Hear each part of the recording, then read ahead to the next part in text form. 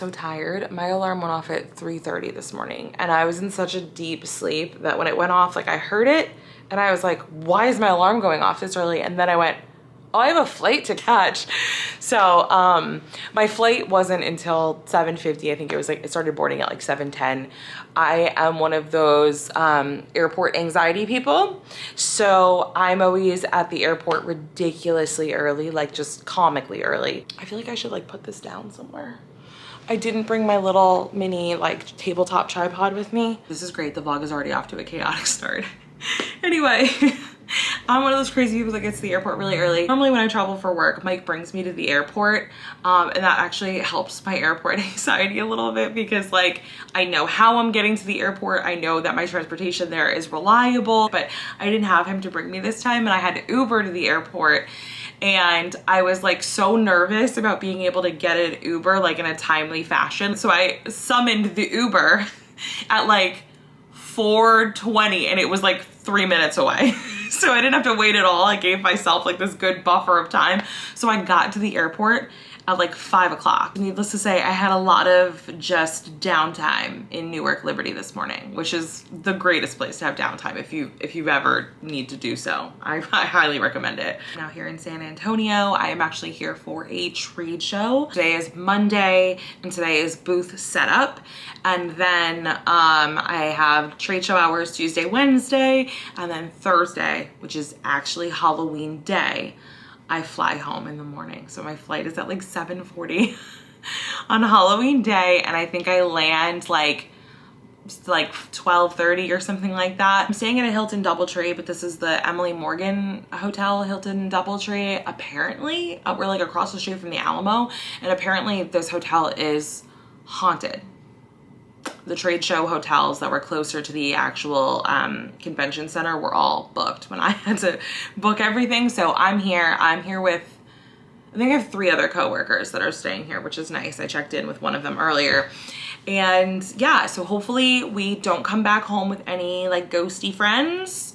And I avoid all hauntings because I will pee my pants. Okay. If a ghost shows up in here, peeing my pants. Typically when I vlog, like I'm at home doing like mom things, house things, and I thought it would be kind of cool to vlog this week and do something different and show, you know, the working side of motherhood. And sometimes I have to travel. I have to go to these trade shows a couple times a year and it's not my favorite thing to be away from home, but I'm gonna try to make the most of the relaxation while I'm here. I have like my trade show hours and then I don't really have a lot planned in the evenings and I'm kind of hoping to keep it that way because like I could just use rest and quiet and sleep.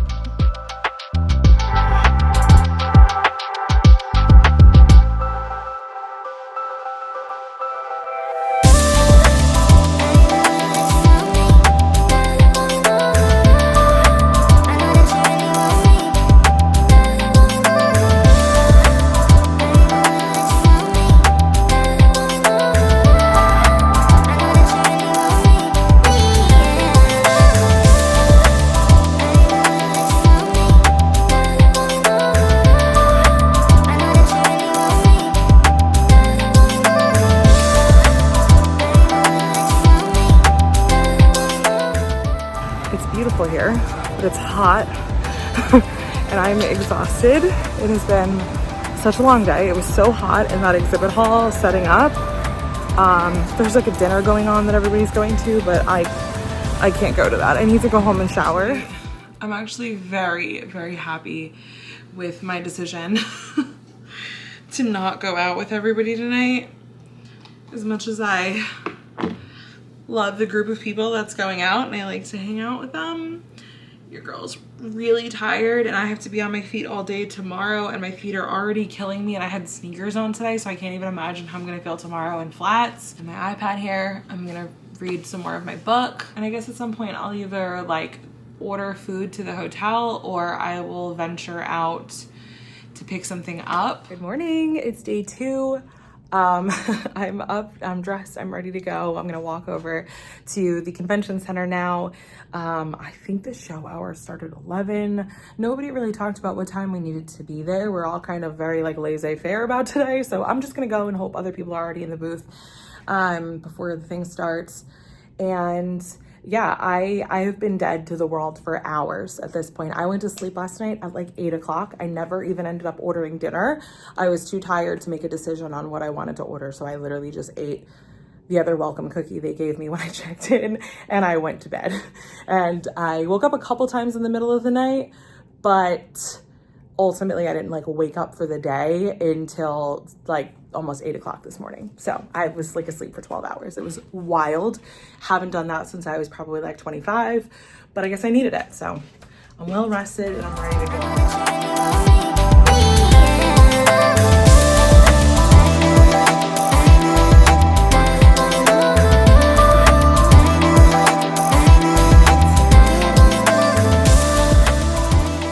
It's night 2. It's another wild and crazy night in, as you can tell by my hair.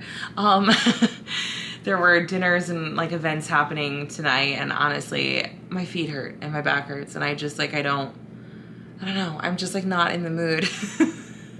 So I opted to just chill in my hotel room. So I've been in here for a while. I've just been reading and just like hanging out. I talked to Mike on the phone for a little bit, and then I DoorDashed myself some pad thai. So my pad thai showed up.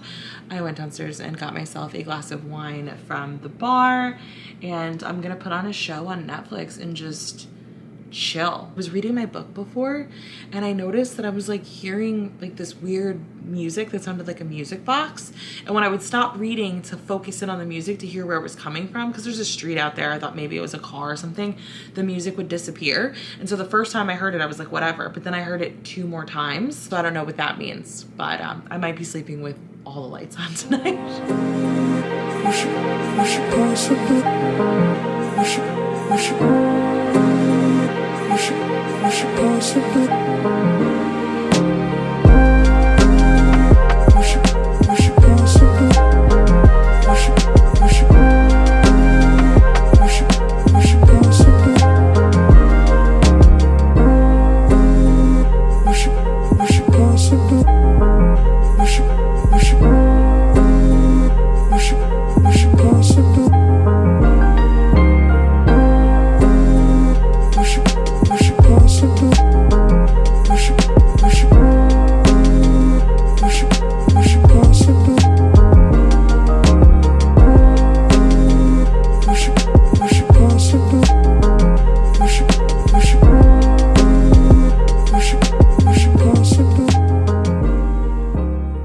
For my final day of this trade show.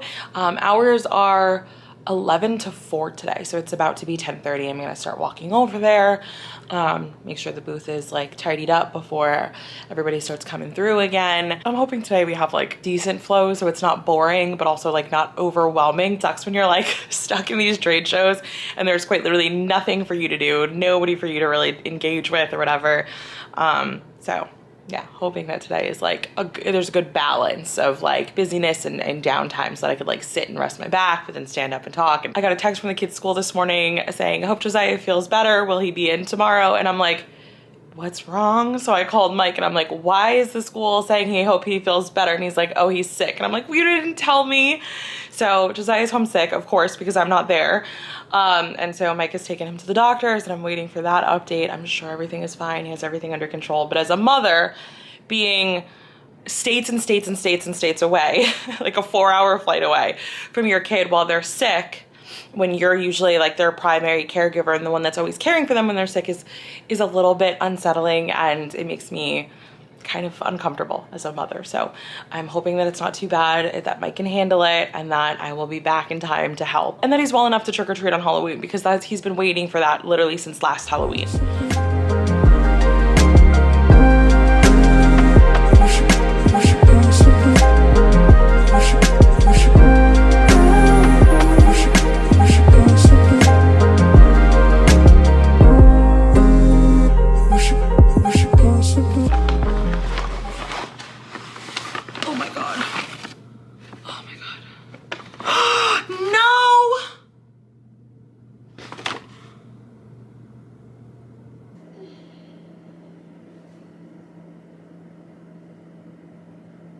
I'm so mad right now. My Chipotle, I got a bowl, was leaking in the elevator, you know, as Chipotle sometimes does out of these little, you know, cardboard containers. And I could, like, there was droplets coming out of the bag, and I was like, oh, let me get back to the room before this breaks. And I totally forgot that she put the receipt in the bag underneath the food. And I should have taken it out in the restaurant and put it in my wallet, but I didn't think anything was gonna happen. I'm like, I'm literally just walking from the Chipotle on the corner to my hotel, like 5 minutes away, it'll be fine. And then as I pull it out, I realized that the receipt is covered in black bean and pico de gallo juices. And I need the receipt to expense the dinner because I put it on my work card, my corporate card. And I swear, if I submit my expense report, I tried to save it, I dabbed it off, I tried to clean it, it's laying under a light right now to dry out.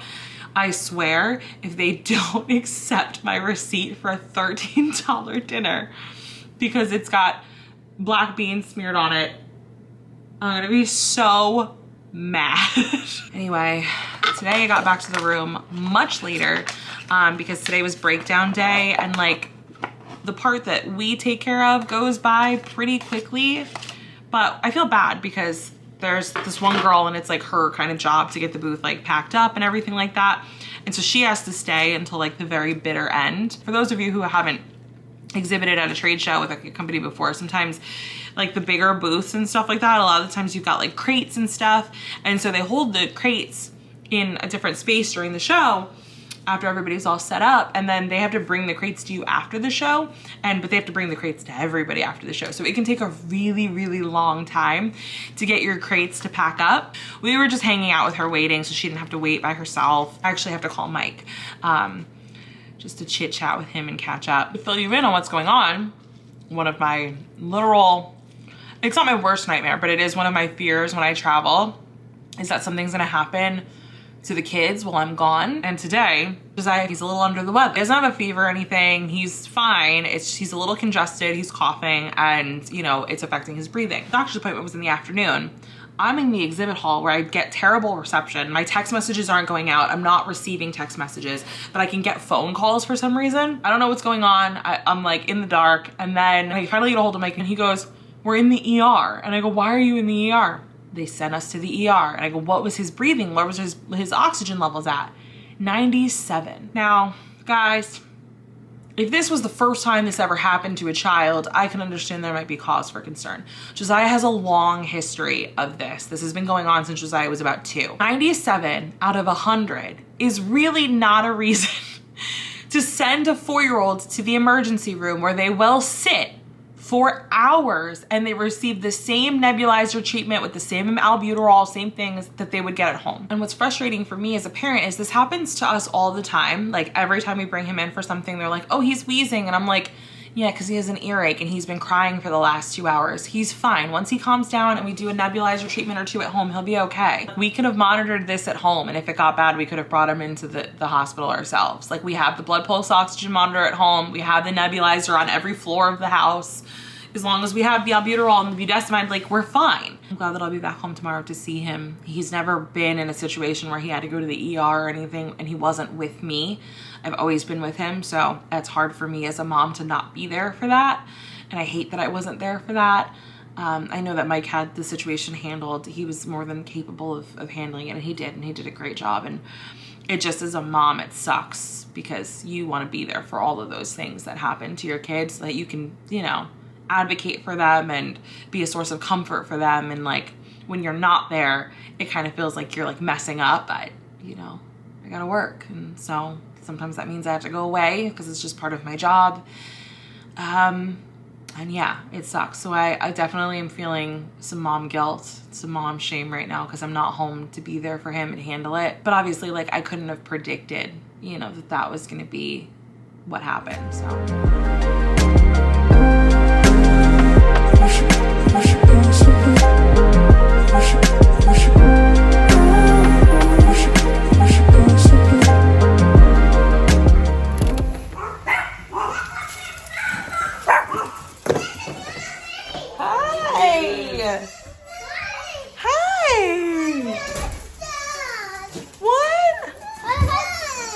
You're sad? Why? What?